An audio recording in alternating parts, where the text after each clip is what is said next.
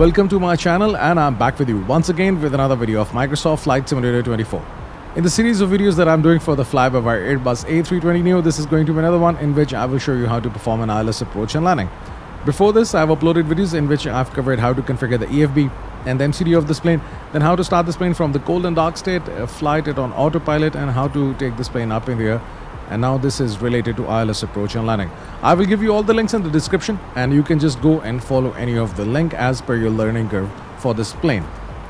Today I'm doing this short flight from Riyadh to Qatar, and soon the plane will be near the runway and I will be going for the ILS approach and landing.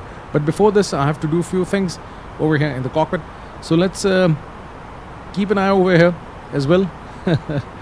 Less than 80 nautical miles. So the top of descent, although the distance still is 210 nautical miles. So first of all, let's go to this option performance, and let's go to the next phase and start entering the information over here, the QNH. So let's go to the weather, and you can get the QNH, which is 908. So 908, and the temperature, it's 39 degrees centigrade. So let's enter 39 over here, and let's get the wind and the speed. It's 70 degrees and 7 knots. So 70 and 7. That's it. Now the transition altitude is flight level 150 or 15,000 feet, and it's going to be a full flap landing. So the approach speed is 133 knots. That's it. Now let's get the Navigraph charts, and let's get some information from there. I have to enter the minimums for the landing. Now the flight plan is there, and the runway is 16 left. So let's get the approach plate for runway 16 left. This is category 2 and 3, ILS 16 left. So I will pin it, and I will get this approach plate. Now you can see the minimums are given over here. You can see category 3 and 2 ILS refer to minimums. So this is for the minimums, straight and landing. So for category 3, nothing is appearing over here because you get it from the airline. But for category 2, they're mentioned. There are different categories A, B, C and D depending upon the speed.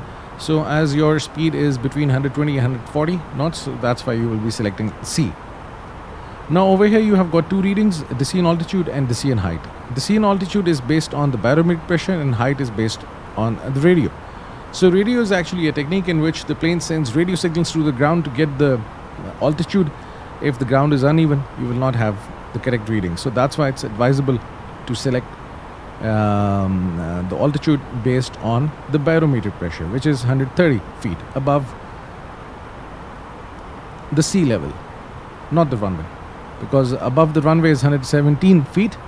So the runway elevation is 13 feet above the sea level. So if you add 117 to it, it's 130 feet above the sea level. That's it. So that's why I'm using baro for this. Now this is the point at which I should be at 2,500 in order to intercept the glide slope, and it's a 3-degree descent. As you can see, it's mentioned over here, 3-degree descent. So as the plane is now near the top of descent, so the target altitude for the descent is 2,500 at this point. I should be at 2,500.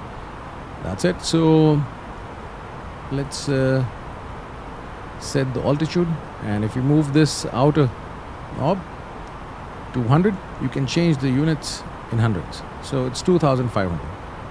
So now once I'm near this point, then I will just bring my cursor over here, and as soon as I will see the up arrow, I will just press it, and I will descend in the managed mode, not in the open descent mode or the selected mode.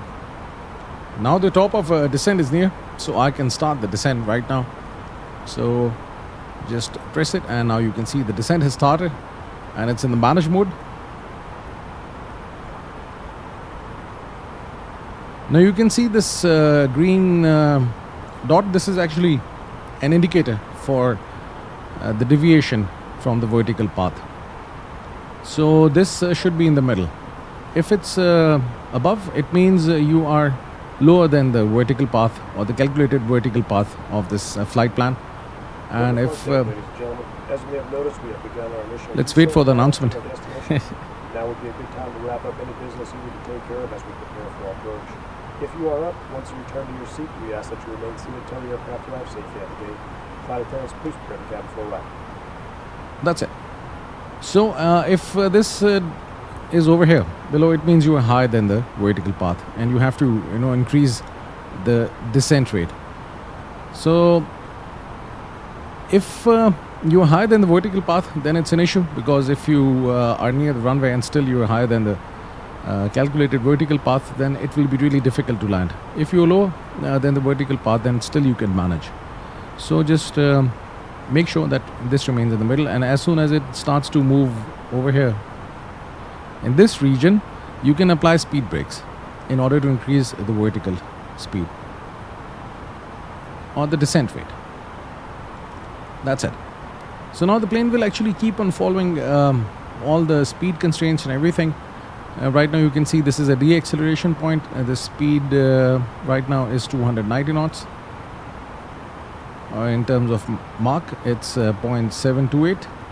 Now the speed will reduce, and now you will see that the vertical speed will actually reduce.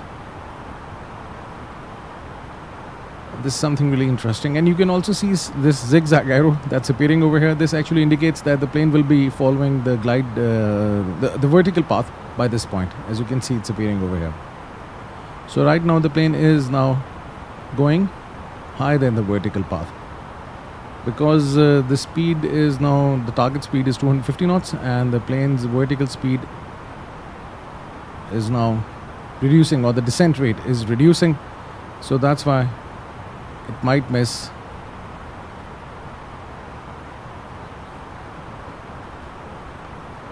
You can see this deviation is now getting higher. So in order to control this, maybe you can just like get the speed brakes, and now you will see that the vertical speed has increased for the descent, and now this dot has started to move in the middle. So this is how you manage it. So this zigzag arrow is telling you that by this point you will be following this vertical path, the planned one. Now you can deactivate the speed brakes, and that's it. Now for the landing, let's set the speeds to speed brakes to medium. I can arm the ground spoilers for the landing. Below 10,000 feet, I can turn on all the lights. And as the descent has now started, I can turn on the seatbelt signs, and that's it. Now this is the target speed, and this is basically the range between which the speed can vary depending upon the vertical path of this plane. So it cannot go more than this and less than this. This is again the green dot speed. If you want to go below the speed, then you have to extend the flaps. So this is now the performance page, and over here you can see activate approach phase is mentioned. So in order to reduce the speed, I have to activate this approach phase. But once I will activate this approach phase, the speed will not go below this green dot. Then I will start extending the flaps. Now the plane is below the transition altitude. So I'll just bring the cursor over here. As soon as I see the up arrow, I can press it, and now I will get the readings for the barometric pressure. And I can press comma on the keyboard to get the latest readings. 9 or 9 or 8.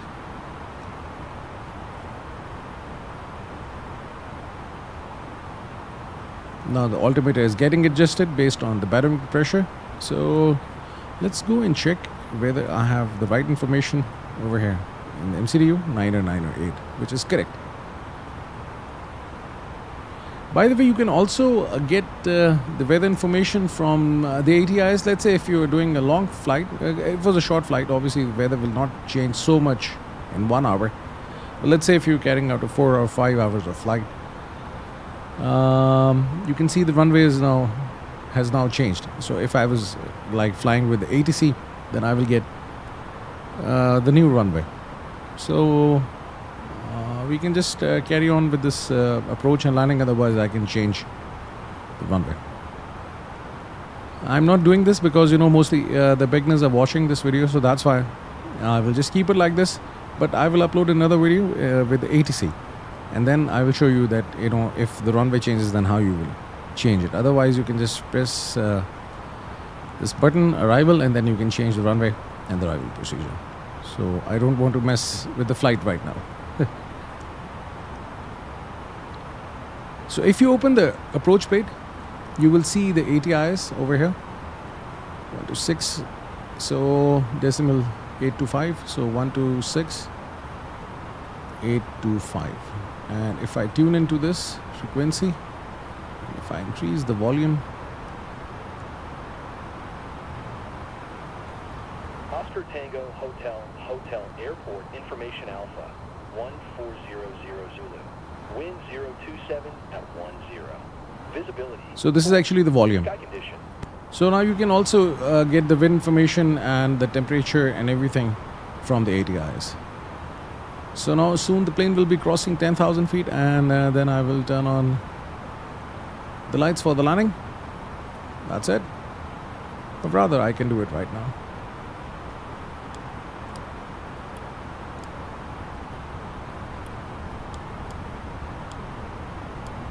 And now all the lights are on, seatbelt signs are on, ground spoilers armed for the landing, and auto brake is set to medium. So these are actually, I will just show you one thing. Let me just activate the speed brakes, and now you will see these speed brakes getting into action. These are actually also called the ground spoilers. Upon landing, they are activated in order to produce drag and stop the plane.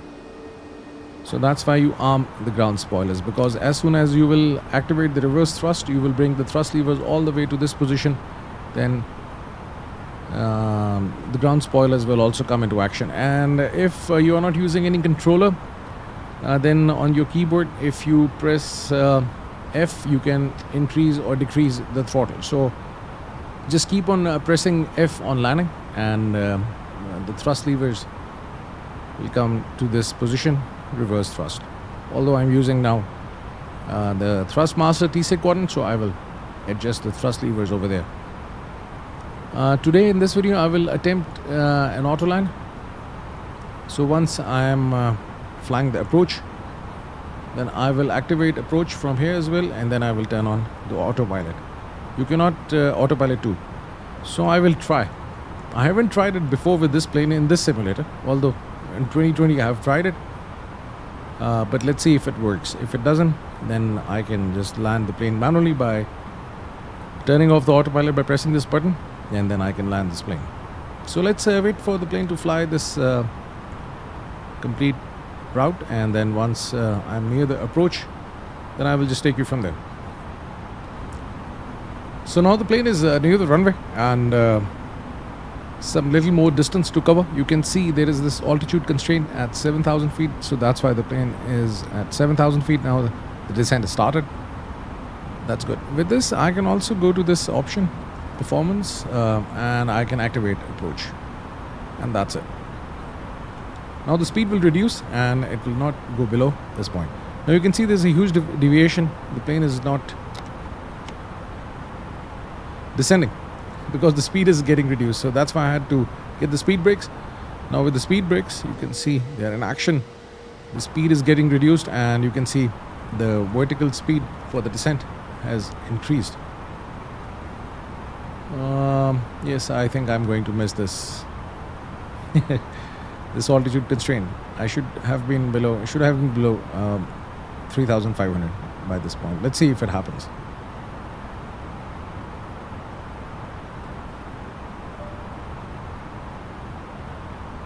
Now you can see that the speed is appearing in magenta color at 36 knots. This is actually the target speed for the landing. And this is actually, I cannot go below the speed, otherwise the plane will stall. And now you can see, the speed is like over here, and this is changing. So if I want to go below the speed, I can extend the flaps. So let's say if I extend the flaps, set to position 1. Now you can see the speed will further reduce. That's it. But now the vertical speed is compromised. So that's how you manage it, just to show you. So the lights are on, everything is good. Now I can also turn on LS, and you can see the distance. Right now it's showing 13.1 nautical miles. It's increasing because I'm moving away from the runway. But once I take this right turn, the last one, then this distance will start to reduce. So now you can see the ILS indicators have started to appear over here as well. This is for the lateral alignment, and this is for the vertical path or the glide slope. So this ILS has got two things, localizer and the glide slope. Localizer actually carries out the lateral alignment, and the glide slope carries out the vertical descent. So you can see these two buttons. If you just want to, vertically align, laterally align the plane with the runway, then you can just activate localizer. Once you are here, then the plane will get aligned with the runway, although it's following this flight path, so you really don't have to worry about it. But if you just press localizer, then the plane will not follow the glide slope. For that, you have to activate approach. So once you activate approach, then it will also follow the glide slope. Right now you can see descent is active, and plane is in the nav mode. And if I press localizer, then it will go in the localizer mode. But right now localizer is locked. So as soon as it's over here near the localizer, then the localizer will be active. So that's the thing. So let's turn it off.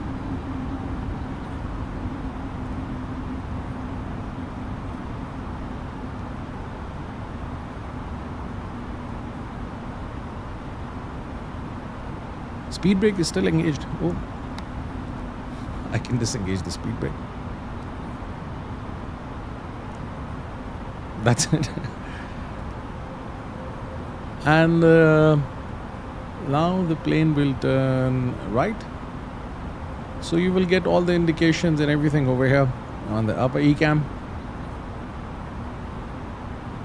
So everything is good. Let me just cross check if I'm not missing anything. Let me arm the ground spoilers for the landing. And now you can see the plane will be leveling off at 2,500. The speed is in control. The auto brake set to medium, and that's it. Now if I press localizer, now you can see the localizer is not armed. The plane is in the localizer mode. So it has stopped following this flight plan as per the flight plan entered in the MCDU. It's rather now following the localizer.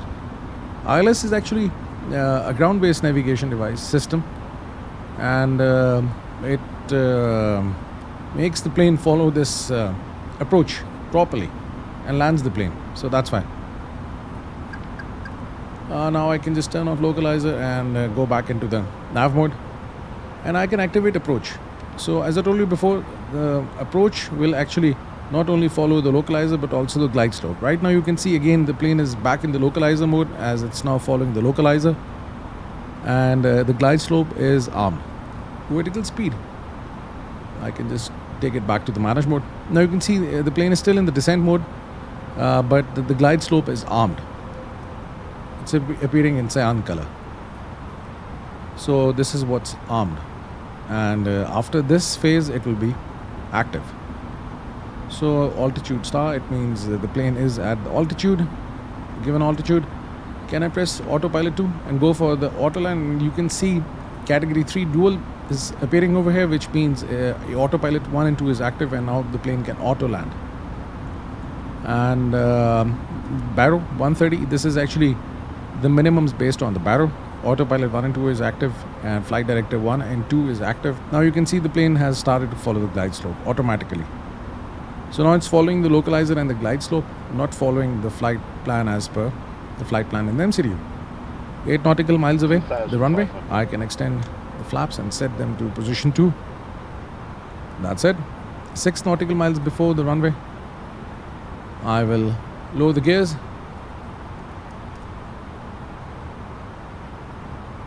And everything is good now.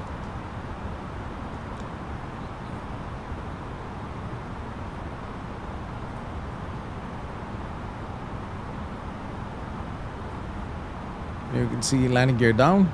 Okay.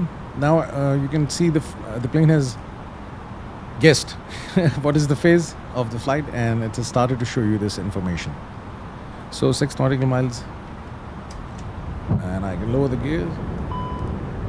Thrust levers, I think. Flight attendants, please prepare for that. Sorry, I just by mistake touched the thrust levers. That's why this error was appearing. Now the speed is reducing. Gears are down, and now runway is 4 nautical miles away. I can set the flaps to full position. That's it. Now everything is good. So landing gears down, seatbelt signs on, cabin check, and spoilers armed, flaps full. So just like I think 40 to 50 feet above the ground, this plane will actually perform flare. It's a very short phase in the flight in which the plane's nose is being pitched up by the autopilot, and at this time you will move the thrust levers to idle, and once the plane touches the runway you will activate the reverse thrust. So that's how I'm going to carry out this thing. So I will just show you right now like this. Soon you will see land appearing over here, because right now it's autopilot is landing.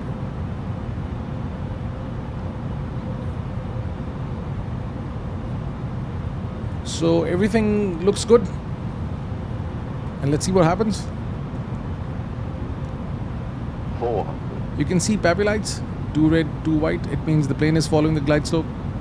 You can also change this knob to LS to look at the alignment with the runway, and plus if the plane is following the glide slope. Now land has appeared, so it means the plane is 100 above. carrying out auto land, and soon you will see flare. Minimum. Cross the minimums. I can see the runway, so I can go for the landing 40. and flare 30, 20. 10. 5. and reverse thrust.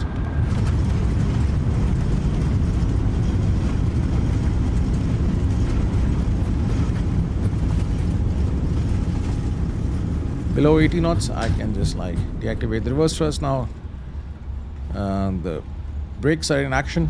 Plane is slowing down. I can now apply the brakes, and the auto brakes are now disconnected, and now I can give some power and taxi towards the gates. I can retract the flaps, turn on the APU, because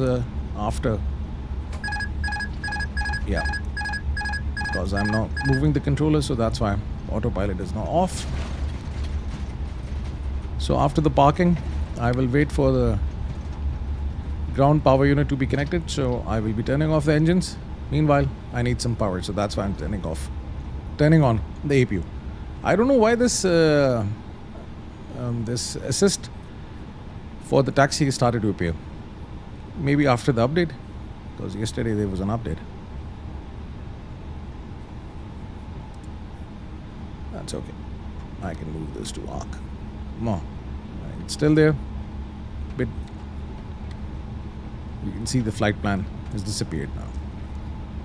So let's disarm the ground spoilers, and let's follow this. Let's see where it takes us. It's evening time in Riyadh and Qatar also.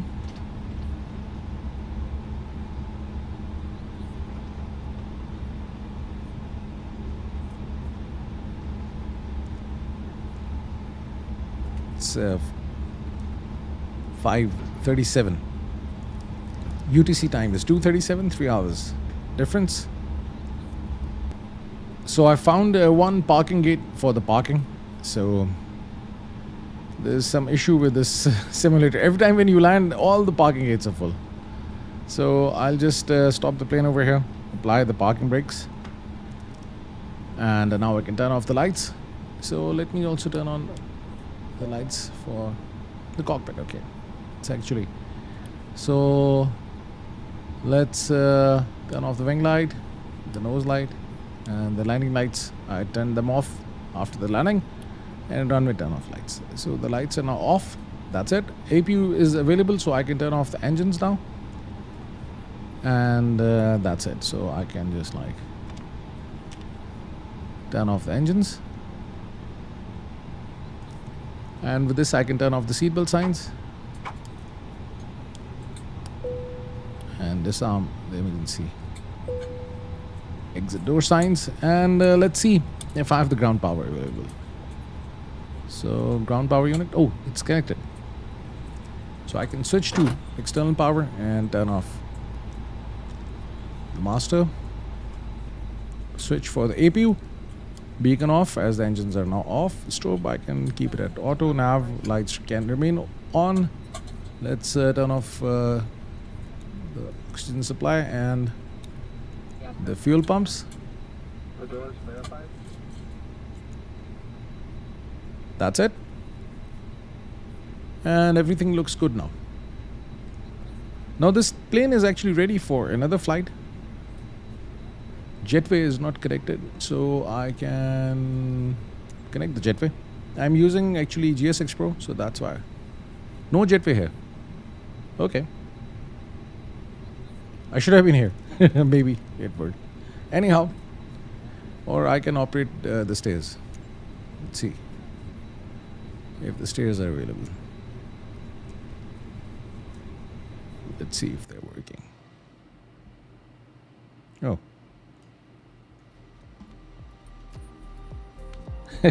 Anyhow, this will keep on going on. I hope this was a useful video for you, and now you will be able to carry out what's happening. It's not getting connected. So hopefully you can now carry out an ILS approach and landing. And if you have any questions, you can ask me in the comment section, or if you want to add anything to this video, the comment section is there for you. Thank you very much for watching, and have a nice day. Hope to see you soon.